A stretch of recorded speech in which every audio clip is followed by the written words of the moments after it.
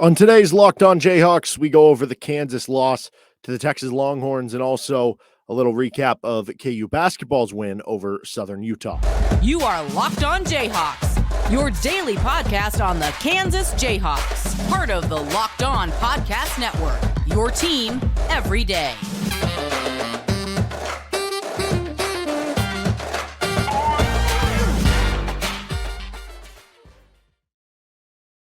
I'm Derek Johnson. Thanks for making Locked On Jayhawks your first listen every day. We are free and available wherever you get your podcasts. You can also subscribe to us and find us on YouTube. You can also find me 3 to 6 Monday through Friday on Rock Chalk Sports Talk on KLWN in Lawrence. And on today's edition of Locked On Jayhawks, we recap the KU blowout loss to Texas. We recap the KU tight win over Southern Utah in basketball. Let's start off with the football side of things. KU never really in the game against Texas. I guess there was a brief moment in time where it felt like, hey, maybe they had a shot. They forced Texas to punt on the first drive. They almost hit the deep ball to Quentin Skinner. Also, when it was, I believe, 17-0 or 14-0, when KU had the touchdown to Jared Casey that ended up being reversed for kind of a bad call of an ineligible man downfield. And then you missed the field goal. That would have made it 17-7 with the touchdown, 17-3 with the field goal. You give up the late touchdown at the end of the half, where even if it was 24-0, still kind of felt like you were out of it with the way you couldn't stop the run. But the way you give up that last second touchdown after they just run all over you down the field, as they did really all game long, at least you had in the back of your mind, if it was 24-0, hey, we were down 28-3 to Baylor at half. That's even bigger than we'd be down here. And we came back and made it a game, and it was a one-score game late in the fourth quarter. With the Texas game, they got that touchdown. So from there, didn't really ever feel like KU had a shot in this game. And it's because they ran all over you. They ran for over 400 rushing yards. That continues to be a negative trend for this defense of having bad games against the run, whether it was last year or this season. The first 5 games this season looked like the run defense might have been solved. They were good against Oklahoma State as well. But the other games, it has been kind of a mess. And that was the crown jewel of the run defense games in a negative light for the KU defense against Texas. Certainly the weather being cold, you thought may have been actually a good thing for Kansas. I think it certainly impacted some of the passing game with Quinn Ewers and Jalon Daniels a bit. But even though Quinn Ewers didn't really have a big game, he did hit a couple big passes, even though he wasn't called upon very often. It just didn't matter because Texas dominated on the line of scrimmage on, I would say, probably a little bit of both ends, more so on the offensive line against KU's defensive line, who struggled to get push. Kansas only had 2 tackles for loss in the game, didn't get any sacks. Obviously, there weren't a ton of throwing opportunities to get sacks in the game. And Bijan Robinson looked like the absolute stud, All-American, all-conference player, first-round pick, whatever tag you want to give him, running all up against your defense. It was certainly a disappointing effort for Kansas. You're talking about senior day, and I didn't think it was a great crowd attending for KU. It wasn't a bad crowd. I mean, if you would have put that crowd for any game last year, you would have been like, wow, what a turnout for Kansas. So from that standpoint, it was a positive. But if you compare it to like the sellouts, it wasn't a great crowd. It wasn't super loud. And obviously Kansas didn't give them a lot of reasons early in the game to be super loud along the way. But certainly when you have a coach who has been brought up in all these different job rumors for Nebraska and Wisconsin and whatnot, for you not to sell out and show out on senior day, probably not great overall. But again, Kansas performance didn't really warrant one that, can you believe there wasn't as much fan support and all that stuff, right? You were never really in the game. As I mentioned, it was cold weather and all that stuff. And just by far the worst performance of the season for Kansas. Every other game, they had been at least, some resemblance of competitive in. Like you could say the Oklahoma game, like, yeah, it ended as a 10-point game, but that game was never really felt like Kansas was like in it, but at least they kept it, they hung around, I guess, so to speak. You never even hung around in this game. You never had that moment where you went on a big run to maybe make things a little bit interesting there. And for that standpoint, it is one of the more disappointing losses of the short Lance Leipold tenure. But guess what? That's almost like I don't want to say, oh, it's a good thing that they lost, by 40 points to Texas.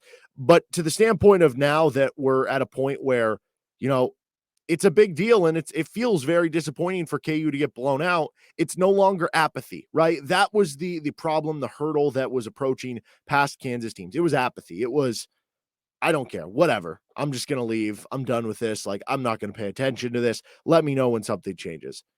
Now, the reaction to this is, oh, what's going on? What's wrong? Why didn't they adjust to this? Why did this or that happen? Like, that sucks. I hated that. That was annoying. All that stuff. It's no longer apathy, which is a good thing that you have that now, even though, like I said, the result itself was not a good thing. But the trend that the program is going on certainly is a good thing.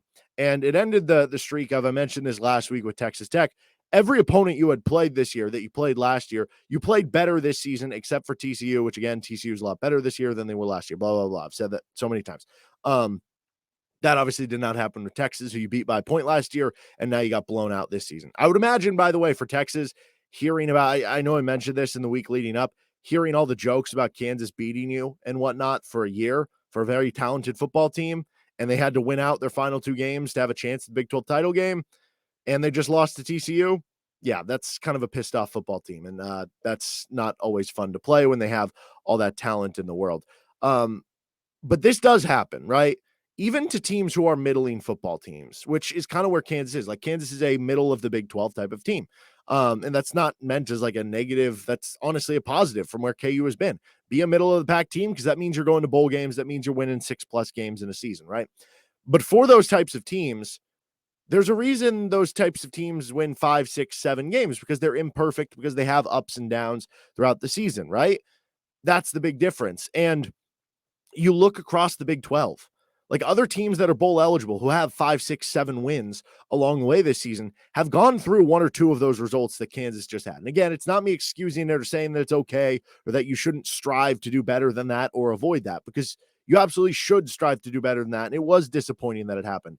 But I guess what I'm saying is, reality check, this does happen, especially for a team that just was 2-10 and has worked their way to bowl eligibility. And even for teams, Oklahoma State, who was ranked in the latest college football playoff rankings and, bowl eligible themselves. That's a team that lost by 1 billion points to Kansas State. Baylor lost by like 30 points to Kansas State. West Virginia, who won't be bowl eligible anymore, but that's a 4-win team who could become a 5-win team, hypothetically, if they were to win their last game.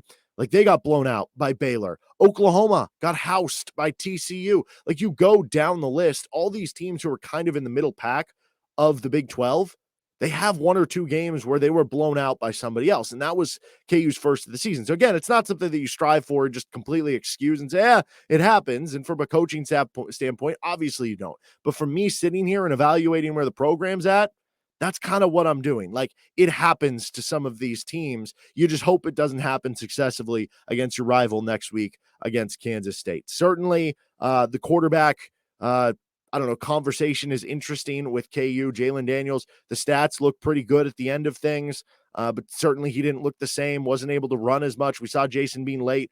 Clearly he was, nursing sort of injuries over the course of the week in practice and whatnot, is what Lance Leipold said in the post game afterwards. And KU kind of had to deal with that. And Texas is a very talented team, and you played a bad game and you didn't adjust well enough. You didn't play enough. Like, there's no excuses I can have. But also at the end of the day, if we're doing big picture stuff, Kansas is still bowl eligible. You still have an opportunity this week to try to beat your rival for the first time in a while, although that looks, quite tough to say the least after the way the Texas just ran all up and down you. But the struggles to the quarterback position being injured just change things so much too in what Kansas can do and running the triple option game and running the quarterback. And I just wonder if we won't see that again until the bowl game, or maybe next year. Maybe the bowl game gives you enough time off in between that, we see Jalon Daniels get back to full health, because whether it was his decision or coaching decision not to have him run as much, like, certainly that was a key component of the game that KU wasn't able to do this go around. But in the end, disappointing result, one of the more disappointing ones we've seen over the past couple of years, and certainly this season. But at the end of the day, big picture, things are going to be okay. All right, this episode of Locked On Jayhawks is brought to you by SimpliSafe. Did you know that over the holidays, property crimes like burglaries and package thefts spike nationally? That's why our friends at SimpliSafe Home Security are offering 50% off award-winning security system so that more families can feel safe and secure this holiday season.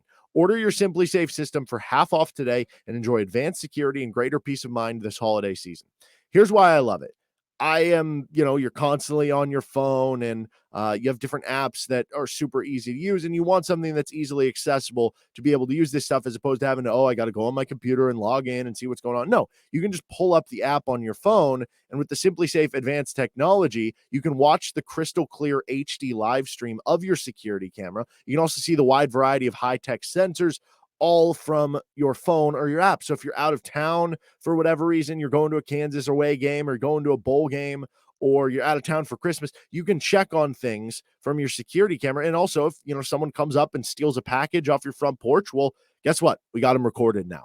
SimpliSafe was named the best home security of 2022 by U.S. News World Report, a third year in a row.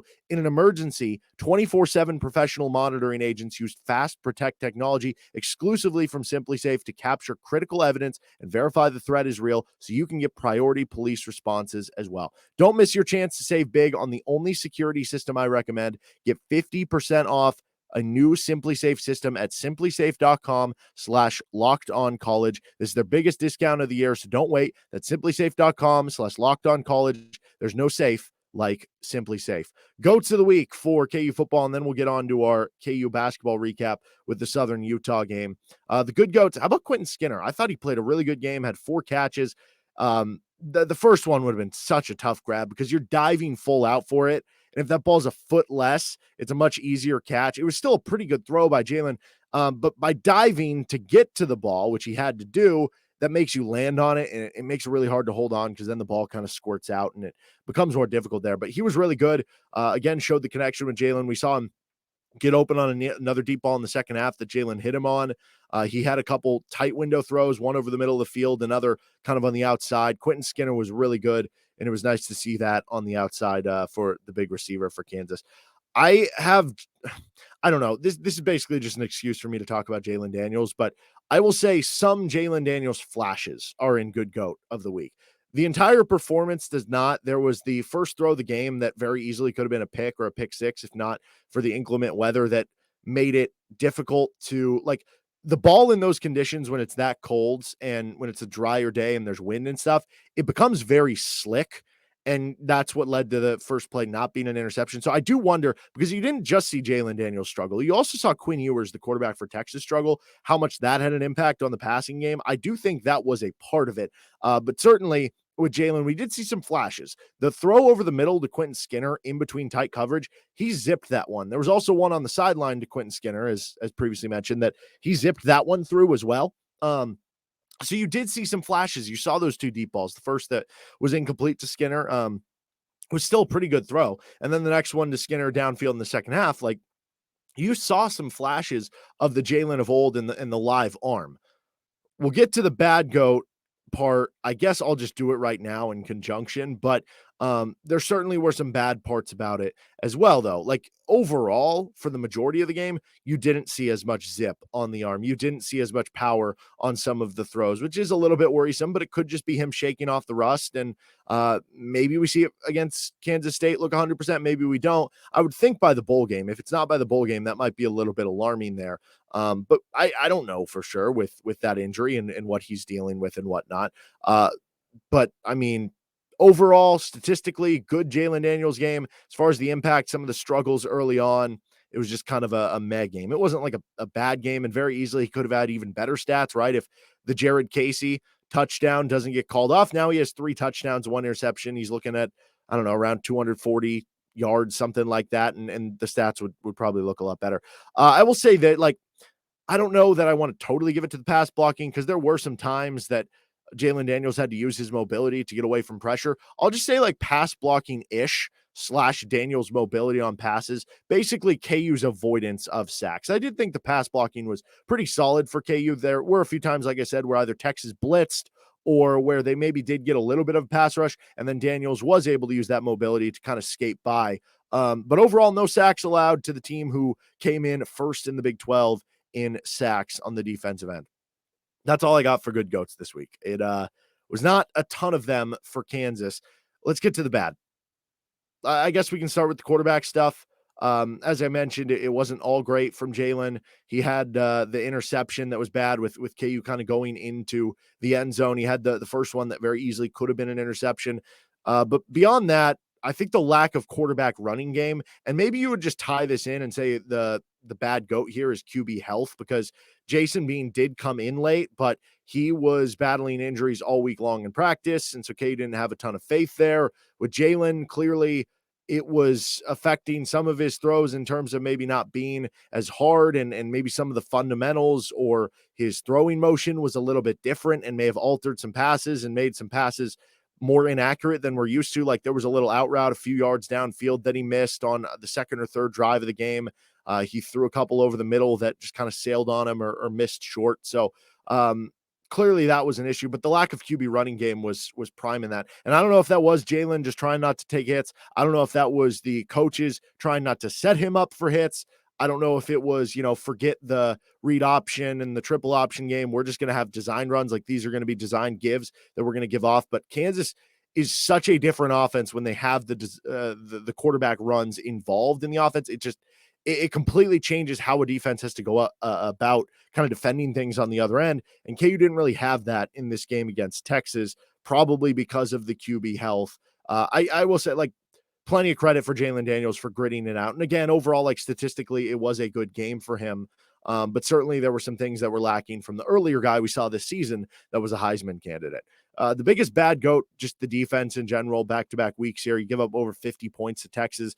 More than anything, though, you give up over 400 yards on the ground. You never had a chance at winning this game with the way that you were defending the rushing game. You just couldn't do anything against them. Bijan Robinson ran all over you. Their offensive line was getting easy push on your defensive line. They were getting up to the second level. KU was missing tackles. They were taking bad angles. Bijan Robinson was just able to cut all around the field, juke by guys. It was an impressive performance by him in the Texas offense, but certainly not one to be proud of for the KU defense on that end. They did have a couple throws downfield that they gave up that I think maybe prevented Brian Borland from going, hey, let's just stick 8 guys in the box and we'll leave guys on the island on the outside consistently, like they did do it sometimes. And then Texas kind of hit them sometimes.